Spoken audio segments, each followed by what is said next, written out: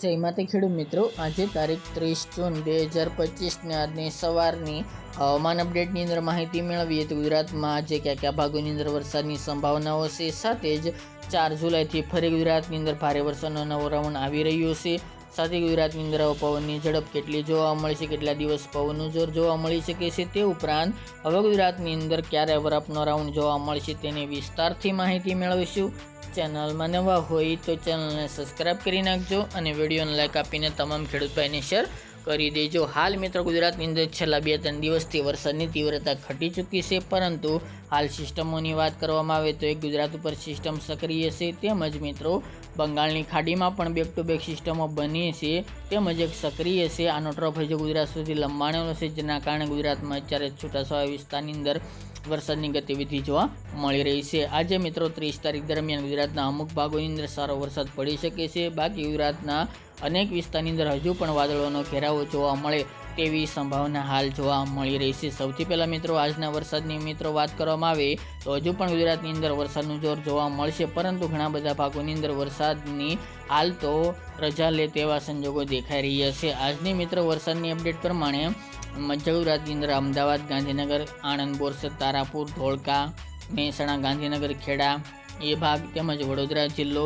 ઉત્તર ગુજરાતની વાત કરીએ તો મહેસાણા, કડી, ખેડબ્રહ્મા, ઈડર, વડાલી, સાબરકાંઠા, બનાસકાંઠા, પાટણ અને પૂર્વની અંદર મહીસાગર, પંચમહાલ, દાહોદ, ગોધરા આ ભાગોની અંદર વરસાદનું જોર આજે જોવા મળે તેવી સંભાવના દેખાઈ રહી છે, એ પણ છૂટાછવાયા વિસ્તારની અંદર. જ્યારે દક્ષિણ ગુજરાતની અંદર હજુ પણ વરસાદનું જોર જોવા મળશે, જેમાં વલસાડ હોય, તાપી, નવસારી, ડાંગ, સુરત, ભરૂચ જેવા ભાગોની અંદર આજે પણ છૂટાછવાયા વિસ્તારની અંદર હળવા મધ્યમ સારા વરસાદો પડી શકે છે. એ ત્યારબાદ મિત્રો કચ્છ અને સૌરાષ્ટ્રના વિસ્તારોની વાત કરીએ તો હાલ તો આજે જોર ઘટી શકે છે, પરંતુ દરિયાકાંઠાના ભાગો જેમાં ખાસ કરીને દ્વારકા, પોરબંદર, ગીર સોમનાથ, જૂનાગઢ, અમરેલી જેવા ભાગોની અંદર કોઈ જગ્યાએ વરસાદી ઝાપટા જોવા મળી શકે છે. એક જ વિસ્તારની અંદર સારો વરસાદ પડી શકે છે, બાકી અન્ય વિસ્તારની અંદર કોઈ સંભાવના જણાતી નથી. છાંટછૂટ જોવા મળશે અથવા તો રેડા ઝાપટા જોવા મળશે, એ પણ કચ્છના ભાગોની અંદર અને સૌરાષ્ટ્રના બાકી રહેતા ભાગોની અંદર. બાકી ઓવરઓલ ગુજરાતની અંદર આજે પણ છૂટાછવાયા વિસ્તારની અંદર હળવા સામાન્ય ઝાપટા તેમજ 1, 2, 3 જેવા ભાગોની અંદર વરસાદી સારા માહોલ જોવા મળે, એટલે કે સારો વરસાદ નોંધાય તેવી હાલ સંભાવના જણાઈ રહી છે.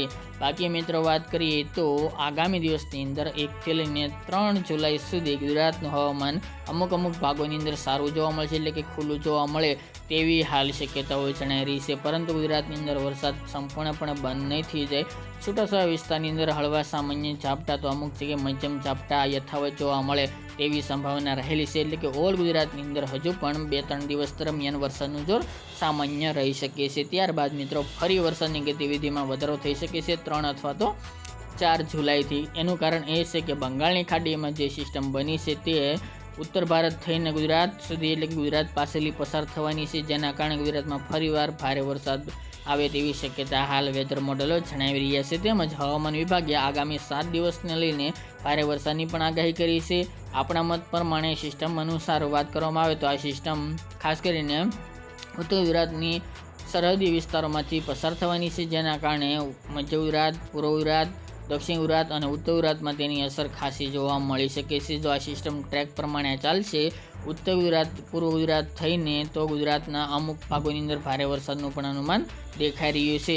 3 થી 4 થી લઈને ખાસ કરીને 7 જુલાઈ વચ્ચે, એટલે કે 3 થી 4 દિવસ દરમિયાન ખાસ કરીને વરસાદની સંભાવના, જેમાં અરવલ્લી, મહીસાગર, પંચમહાલ, દાહોદ, ગોધરા એ વિસ્તાર, વડોદરા છે, અમદાવાદ, ગાંધીનગર, ખેડા, સાબરકાંઠા, બનાસકાંઠા, પાટણ, મહેસાણા, થરાદ, વાવ અને કચ્છના પણ અમુક વિસ્તારો આ ભાગોની અંદર ખાસ કરીને ભારે વરસાદની સંભાવના 3-4 થી લઈને 7 જુલાઈ વચ્ચે જોવા મળશે, જેની તમામે ખેડૂત ભાઈ નોંધ લેવી. આ સિસ્ટમનો ઘેરાવો ખાસ કરીને પૂર્વ ગુજરાત અને ઉત્તર ગુજરાતના વિસ્તારોને કવર કરે તેવું હાલ જોવા મળી રહ્યું છે, જેના કારણે ભારે વરસાદનું અનુમાન અરવલ્લી જિલ્લો, સાબરકાંઠા, બનાસકાંઠા જે સરહદી વિસ્તાર છે, જે રાજસ્થાન વિસ્તાર છે, એ ભાગોની અંદર વરસાદનો ઘેરાવો વધુ જોવા મળશે. સિસ્ટમનો ઘેરાવો ત્યાં વધુ જોવા મળે અને ત્યાં વરસાદની વધુ સંભાવના હાલ જોવા મળી રહી છે. આ વરસાદ દરમિયાન સૌરાષ્ટ્ર અને કચ્છમાં અમુક જગ્યાએ વરસાદી ઝાપટા જોવા મળશે. બાકી દરિયાકાંઠાના ભાગોની અંદર કન્ટિન્યુ વરસાદી માહોલ 10 જુલાઈ સુધી યથાવત જોવા મળશે. એ પણ સામાન્ય હશે.